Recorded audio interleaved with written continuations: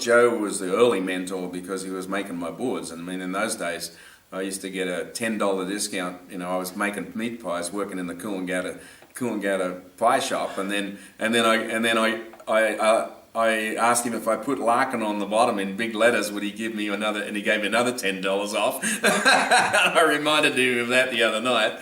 And then of course the first pink surfboard was made at Joe Larkin's after the conversation with my mother. And this would have been 1970. At breakfast, I was getting a new board, and I said, "Mum, what colour should I get my new board?" She said, "Son, I think you should get this next one hot pink. That way they'll never miss you." And that hot pink one was the one that had the big Larkin letters on the bottom. And I got second in the Queensland Juniors in 1970, which got me in the Aussie titles. And all of a sudden, I'm in the Aussie titles with Wayne Lynch, you know, who had already won 3, you know, Australian junior titles on my home beach at Coolangatta. And I said to Mum, "I guess that pink's a good thing, right?"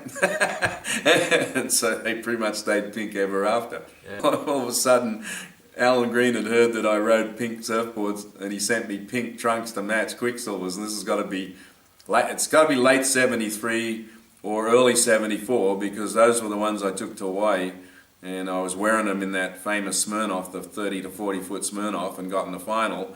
And next thing you know, there was a poster in the center of Surfing Magazine with me with my pink Quicksilvers on. And then that just became a trademark to this day. I mean, look at me today. I'm wearing a pink shirt and a pink watch that the company sent me, right? What really happened is that the Australians were hell-bent on making professional surfing happening. I mean, we thought that Newcomb, Laver and Emerson and those guys created pro tennis. We went, well, why can't the surfers create pro surfing? So we formed the Australian Professional Surfers Association on the steps of Coolangatta at the Capitol Theatre with Claude Warbrick, frickin' Terry Fitzgerald, Graham Cassidy, myself, Mark Warren, Ian Cairns, I can try and remember who else. And we came up with a logo, and we started to, and I came up with the ratings based on Grand Prix motor racing with Ian. And I have the originals. We typed them on Gordon and Smith stationery over at Gordon and Smith. and we sent those originals to Harry Hodge, and he published them in Breakaway, and all of a sudden it was official. And on the international scale, Fitz was #1. Of course, he was claiming it straight away, right? At the same time, Fred Emmings was trying to do the same thing, but he was using prize money, which was completely unfair, because one event had $5,000. He won that one, you were the world champ. And we showed Randy Rarick what we were doing in South Africa, the middle of '76. And he went back and showed Fred that, and all of a sudden they announced, I mean, I still have the original letters they sent out to us, you know, we're going to determine a world champion at the end of this year. We've called all these contests. They've all agreed. Peter Beness in South Africa, New Zealand, Waimea, Nelson Machado. And so we knew going into Hawaii that it was going to be on. And I did incredible that winter in Hawaii. If they had a Triple Crown, I would have been Triple Crown champ. I got 2nd in the World Cup, 4th in the Duke, 5th in the Smirnoff, and 7th in the Pipe Masters.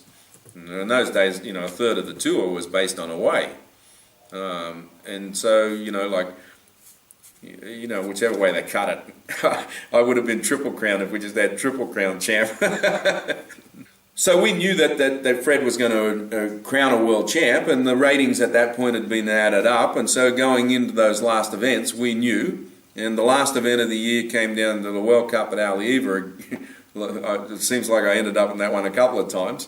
And Ian Cairns won, but I got 2nd, and I was already in the lead. So it ended up that first one, I was the world champ. Ian was 2nd, and I think it was Mark Warren or Mark Richards, 3 or 4. That was the first year. Michael Thompson, I think, was 5th, and that. So there's no, you know, like, there was no party or anything. I mean, so Fred Emmings called me up and said, "Look, you're the world champ. I need you to come to town to the Outrigger Canoe Club. They're going to take a photo, and they want to write something in the Honolulu Advertiser tomorrow." And so I drove into town and wore my best black bronzed Aussies jumpsuit. And we get to the Outrigger, and Fred doesn't even have a trophy. He opened the trophy cabinet, the Outrigger, takes out the biggest trophy he could find, and it's got some inscription on it, and he turns it around the other way so you can't read the inscription. And that photograph next day appeared in the Honolulu Advertiser, and that arguably is the birth of pro surfing. That photo and what it said, that I was world champ, that's the beginning of pro surfing.